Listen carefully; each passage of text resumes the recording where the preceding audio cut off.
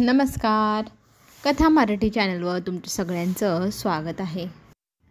हळद रुसली कुंकू हसलं ह्या मालिकेत आज आपण पाहत आहोत. इथे कृष्णा बडबड करत असते. तिच्या तोंडावरती हात ठेवत दुष्यंत म्हणतो, किती बडबड करशील, मला एक युक्ती सुचत आहे, तीही सुचू देत नाही व्यवस्थित. मी जे सांगतो तसं आपण करूया आणि मी तुला मदत करतो. त्यामुळे आता मदत करायला तयार झालं आहे म्हटल्यावर लगेचच कृष्णाही त्याच्यासोबत जायला तयार होते. दोघंजणं मिळून ते प्लॅन आता पुढे काम करणार. त्याच्यासाठी दोघंजणं गेलेले असतात. इकडे गावकरी सगळे आलेले असतात. इकडे जय जयकार चालू असतो. ते बाळजाबाईच्या नावाचा न्यायमूर्ती म्हणून तिचं सगळेजण कौतुक करत असतात. इथे सगळ्या गावासमोर मग बाळजाबाई सांगू लागते की सगळ्यांनी धीर धरा, मी न्यायच देणार. जो काही न्याय असेल तो सगळ्यांसमोर होणार. गावकरी आता इथे उभे असतात. अजून भक्ती वाट पाहत असते, अजून कृष्णा कशी आली नाही, दुष्यंत नक्की तिच्या मदतीला गेलेत की नाही. तिला फार टेन्शन आलेलं असतं आणि तिच्या चेहऱ्याकडे ते बाळजाबाई पाहते आणि हसू लागते. त्याच वेळेला त्यांच्यासमोर हात जोडून कृष्णाची आई उभी राहते आणि म्हणते की माझ्या मुलीचा आणि तिचा काही संबंध नाही. ती मुलगी माझी नाही, उकड्यावर सापडलेली मुलगी. माझ्या नवऱ्याने लहानची मोठी केली. तिने केलेल्या कामाची शिक्षा प्लीज मला देऊ नका, अशी ती विनंती करू लागते. तिला समजवत बाळजाबाई म्हणते, तू काही टेन्शन घेऊ नको, तुझं नाव तरी कोण घेतं इथे, हो बाजूला. पण गावकरी म्हणू लागतात की नाही, जर तिने खरंच चोरी केली असेल तर तिचं आपण राहतं घर जाळून टाकू, पेटून टाकू. आणि ही तिची आई ती फारच स्वार्थी आहे, पैसे घेऊन बसली असेल, तिलाही आपण सगळ्यांनी शिक्षा करायला हवे. अख्ख्या गावात तिची धिंड आपण काढूया आणि घरालाही आग लावून टाकूया, असा गावकऱ्यांचा आक्रोश. इकडे मग हे सगळं पाहून कृष्णाची आई घाबरते. सावित्री म्हणते, जर असं काही झालं तर माझ्या घराचं काय होईल, त्या मुलीमुळे मला शिक्षा नको मिळायला. मग ती गावासमोर म्हणू लागते की माझा आणि त्या मुलीचा काही संबंध नाही. आणि गावकरी फार चिडलेले असतात. ते म्हणतात की हिची आपण सगळ्या गावातून धिंड काढूया. आणि तिला घेऊन सगळं गावभर आता धिंड काढली जात आहे. तिच्या गळ्यात चपलांचा माळ घातला जातो, तोंडाला काळं फासलं जातं आणि ती समोर हात जोडून म्हणत असते की माझा आणि त्या मुलीचा काही संबंध नाही, ती मुलगी माझी नाही, प्लीज मला शिक्षा देऊ नका. हवं तर तुम्ही जे सांगाल ते सगळं मी करेल. त्या मुलीला आपण घराबाहेरही हाकलवून देऊ, प्लीज मला असं काही करू नका. तिला तिथे बांधलं जातं. बांधून तिला तिथे चोप दिला जातो, ते म्हणजे हंटरने. आणि त्यावेळेला ती जोरजोरात रडू लागते की नका मारू, वाचवा वाचवा, मी खरंच काही केलेलं नाही, माझा आणि त्या मुलीचा काही संबंध नाही, ती मुलगी काय माझी पोटची मुलगी नाही. आणि जोरात रडत असताना ती शुद्धीवर येते, भानावर येते आणि पाहते तर काय, ती सभेत उभी असते. आणि इकडे आढळराव पाटलांना टेन्शन आलेलं असतं, अजूनही कृष्ण आलेलं नाही, नक्की काय झालं असेल तिच्या मागे गणगण. इकडे मात्र दुष्यंतने आयडिया लढवलेली असते की आपण दोघं पोलीस बनवून त्या बाईच्या घरी जायचं. आता पोलीस बनून गेल्यानंतर मी इन्स्पेक्टर, तू हवालदार, माझं नाव असं एवढं अवघड नाव का ठेवलं, जे कृष्णाला बोलता येत नाही. संकर्षण, अरे एवढं अवघड नाव मला बोलता येत नाही, एवढं मोठं नाव कशाला ठेवलं. तिथे दोघंजणं वाद घालतात आणि मग इथे दुष्यंत म्हणतो, आपण जे काम करायला आलो आहे ते पहिले करूया का, नावाचा वाद नको इथे. त्याच वेळेला ती बाई बाहेर येते. तिला पाहिल्यानंतर लगेचच दुष्यंत पुढे जातो आणि म्हणू लागतो की आम्हाला तुमच्याशी बोलायचं आहे. तर त्यांना पाहून इथे पोलीस का आलेत म्हणून त्या बाईला घाम फुटू लागतो. आणि आपण केलेल्या कामाची यांना कुणकुण तर लागली नसेल ना. मग ती त्यांना दोघांना विचारू लागते, तुम्ही इथे का आलात, काही झालं आहे का. तर ती म्हणते, झालं आहे म्हणूनच तर आले. कृष्णा मध्ये मध्ये बोलू लागते आणि दुष्यंत तिला म्हणत असतो की मी साहेब आहे, मी सर आहे, मी बोलतो ना त्या बाईशी, तू का बरं मध्ये मध्ये बोलते, मी सिनियर आहे, मला बोलू दे. इथे कृष्णा म्हणते, बोलणं महत्त्वाचं, कोणी बोललं त्यात काय एवढं. मग त्या बाईसोबत इथे कृष्ण वाद घालत असते की आम्हाला ना एका खुनाची माहिती मिळाली आहे आणि तो खून ज्या दिवशी झाला त्या दिवशी तुम्ही घराबाहेर होतात, तेही आम्हाला पुराव्यासकट मिळालं आहे. त्यावेळेला त्या बाईला टेन्शन येतं. इथे कृष्ण सांगत असते, खून करणारी बाई अगदी तुमच्यासारखी दिसत होती म्हणून तुमची चौकशी करायला आम्ही इथे आलो आहे.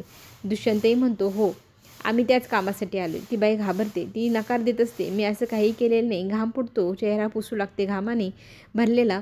आणि त्यावेळेला प्रश्नावरून प्रश्न इथे दुष्यंत आणि कृष्णा तिला विचारत असतात. मग तुमच्याकडे काय पुरावा, तर लाल रंगाची साडी, सोनेरी रंगाची जरी घातलेली बाई होती आणि अगदी त्याच साडीचं बिलही आमच्याकडे आहे, बघा बरं तुमचंच नाव आहे त्याच्यावरती. त्या बाईंनी ते बिल पाहिलं, तिलाही टेन्शन आलं. ती नकार देत असते, मी असं काही केलेलं नाही, पोलिसांना वेडं समजतात का, दुष्यंत तिथे पुढे जाऊन म्हणू लागतो. आणि इकडे अख्ख्या गावाची बैठक बसलेली असते. त्यांच्या सगळ्यांसमोर न्याय होणार आणि सावित्रीला का आपण दोषी ठरवायचं, तिला का शिक्षा करायची. आढळराव पाटील आहेत ना तिच्यावरची शिक्षा भोगायला, कृष्णा जर इथे वापस आली नाही तर तिच्या केलेल्या कर्मांची जी काही शिक्षा असेल ती आढळराव पाटील भोगतील, हो की नाही? आढळराव पाटलांकडे पहा, तिथे बाळजाबाई म्हणू लागते की तुम्हाला सगळ्यांना आठवतं ना काल काय झालेलं. ह्या सगळ्या गावापुढं त्यांनी सांगितलं की त्यांची सून चोर नाही, त्यांच्या सुनेने काही केलेलं नाही आणि तिने जर काही केलं असेल नसेल तिची शिक्षा आढळराव पाटील भोगतील. त्याचप्रमाणे आता आपण वागूया आणि सिद्ध जर झालं की ती गुन्हेगार आहे आणि ती पळून गेली तर आपण शिक्षा कोणाला करायची? आढळराव पाटलांना. ते फार शब्दाचे पक्के आहेत हां, त्यांना शब्द फिरवायला आवडत नाही. आढळराव पाटील आता अख्ख्या गावापुढे उभे असतात. जा विचारते अख्खं गाव, कुठे कुठे आहे तुमची सूनबाई? इथे ती बाई पळू लागते, तिला पकडण्यासाठी इथे कृष्णा धावते, तिला धरते आणि इथे दुष्यंत खाली पडणार त्याच वेळेला त्याने हात टेकवलेले असतात, त्याच्या हातांना माती लागलेली असते. ती माती पाहून त्याचा संताप होतो, मला हे गावच आवडत नाही, ह्या गावातली माती आवडत नाही, बघ माझ्या हातांना माती लागली. मग ती म्हणते पुसून काढ, तर तो म्हणतो नाही पुसून नाही, धुवून काढायला, पण हे पाणी स्वच्छ नाही. इथे कृष्णा त्याच्यावर रागवते, वेळ काय, प्रसंग काय, तुम्हाला काय पडले? मग ती हात धुवायला देते, पुसायला धर माझा पदर, पण तू ना इथे सिरियसनेस दाखव बाबा, असं म्हणत तिथे कृष्णा दुष्यंतवर चिडू लागते. त्या बाईला पकडून ठेवते कृष्णा आणि तिला विचारू लागते, खरं बोल. आता दुष्यंतही तिला म्हणतो की खरं बोल, त्या दिवशी तू पाटावर गेली, वावरात गेली आणि तिकडे तू खून केला, मग तू बांधावरून घरी आलीस, खरं आहे ना? खरं आहे की नाही? असे उलटे पालटे जम्बलिंगचे क्वेश्चन तिला विचारून इथे भ्रमात पाडतात. त्यावेळेला ती बाई बोलतं सांगू लागते, नाही नाही नाही, मी तिकडे गेलेच नाही, मी थेट गेले होते ते म्हणजे देवीच्या मंदिरात, आत्ता आली वटणीवर, असं म्हणत तिथे कृष्ण तिला जाब विचारते, तू मंदिरात कशाला गेली होती? ती बाई सांगू लागते, माझ्यावर खूप मोठं संकट आले, आमच्या घराची परिस्थिती चांगली नाही, मी खूप प्रयत्न केले, पैसा उभा राहत नव्हता, मग मी गावच्या मंदिरामध्ये चोरी करायला गेले. हे ऐकल्यानंतर कृष्ण तिच्या सटकन कानाखाली लावते आणि तिला म्हणते, कितीही प्रसंग वेळ वाईट आली तरी देवापुढे पदर पसरवायचा असतो, देवीच्या अंगावरचे दागिने नसतात चोरायचे, आणि तू केलेल्या कर्मांचा गुन्हा जो काही आहे तो मी भोगत आहे, माझ्या सौभाग्यावरती हे सगळं आलं आहे, मला घराबाहेर काढण्याची वेळ आली, अजूनही तू कबुली दिलेली नाही, सगळं गाव मला चोर समजत आहे तुझ्यामुळे ना, असं म्हणत तिथे कृष्णा त्या बाईवर संतापलेली असते, चिडलेली असते. त्या बाईला म्हणते की तुला कितीही वाईट संकट आलं होतं तर तू उभं राहायचं होतं, सावरायचं होतं स्वतःचं घर, चोरी नव्हती करायची, तेही देवीच्या अंगावर हात घालून तू खूप मोठं पाप केलेलं आहे.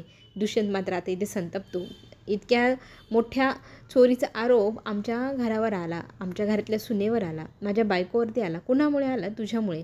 इथे दुष्यंतसमोर कृष्ण सांगू लागते, ऐकलंत ना, मी खरंच काही केलेलं नव्हतं, मी निर्दोष होते, आता घरी आपल्याला हे सगळं सिद्ध करावंच लागेल. त्यावेळेला दुष्यंत म्हणतो, आता मी एकेकाला सोडणार नाही आणि तुला तर पोलिसांच्या ताब्यात देईन जर तू कबुली दिली नाही सगळ्या गावासमोर. तर ती बाई घाबरते, ती कबुली द्यायला तयार होते.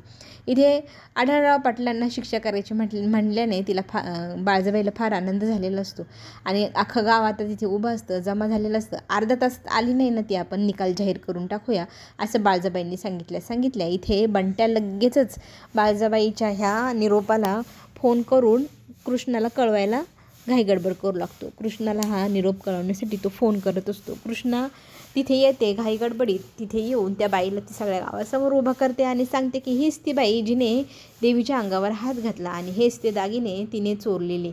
आणि बाळजाबाईच्या हातावर ते दागिने आणून ठेवत कृष्णाने स्वतःला निर्दोष सिद्ध केला आहे आणि त्या बाईने अख्ख्या गावासमोर कबुली दिली की मी ते दागिने चोरले. दुष्यंत म्हणतो, आजपर्यंत माझ्या बायकोवर ज्यांनी आरोप लावले त्यांनी सगळ्यांनी तिच्यासमोर हात जोडून माफी मागायची, नाहीतर काही तुमचीच कोणाची खेर नाही, असं म्हणत तो आता बाळजाबाईलाही तिची माफी मागायला सांगतो. आता इथे गावकरी चिडलेले असतात, या बाईमुळे गावावर इतकं मोठं संकट आलं, तिच्या अंगावर हात उगारला जातो. त्याच वेळेला कृष्णा ती काठी पकडते आणि सांगते, ह्या बाईला कोणीही मारायचं नाही, हात लावायचा नाही, बाई माणसावर कोणी हात उगारलेलं मला चालणार नाही. आणि त्याचबरोबर दुष्यंतही म्हणू लागतो, तुम्ही सगळेजण गुन्हेगार आहात, कारण तुम्ही माझ्या बायकोला गुन्हेगार ठरवलं, तिला दोषी ठरवलं, ती या गावासाठी मरली आणि गावातल्यांनी दिलं तर दिलं काय, तर तिला अपमानित केलं, अपमान दिला, मला हे सहन झालेलं नाही. आज तुम्ही सगळ्यांनी माझ्या बायकोची माफी मागायची. आढळराव पाटील मात्र इथे मध्येच एक डायलॉग मारतात, ही जर चोर असेल तर हिच्या शिरावरती आणखी एक शिरजोर असेलच ना, तिचाही आपण शोध घ्यायला हवा. आता इथे प्रत्येकाच्या मनात हाच प्रश्न पडला आहे की तुला हे कोणी चोरी करायला लावली आहे का? तर ती बाई म्हणते, नाही, मला कोणी चोरी करायला लावलेली नाही, मी स्वतःच्या मनाने ही चोरी केलेली आहे, असं म्हणत ती आता बाळजाबाईला ही दोषातनं मुक्त करते. पण दुष्यंत त्याच्या आईला त्याच्या बायकोची माफी मागायला लावतो. अख्ख्या गावासमोर तिला अपमानित करतो. चला तर मग पुढे जे काय होणार ते पाहण्यासाठी चॅनलला लाईक करा, सबस्क्राईब करायला तुम्ही सगळेजण विसरतात. आणि सबस्क्राईब करा, लाईक करा, म्हणजे तुमचं सगळ्यांचा प्रेम आशीर्वाद हा माझ्यापर्यंत नक्की पोचेल. चला तर मग आपण पुन्हा भेटूया. धन्यवाद.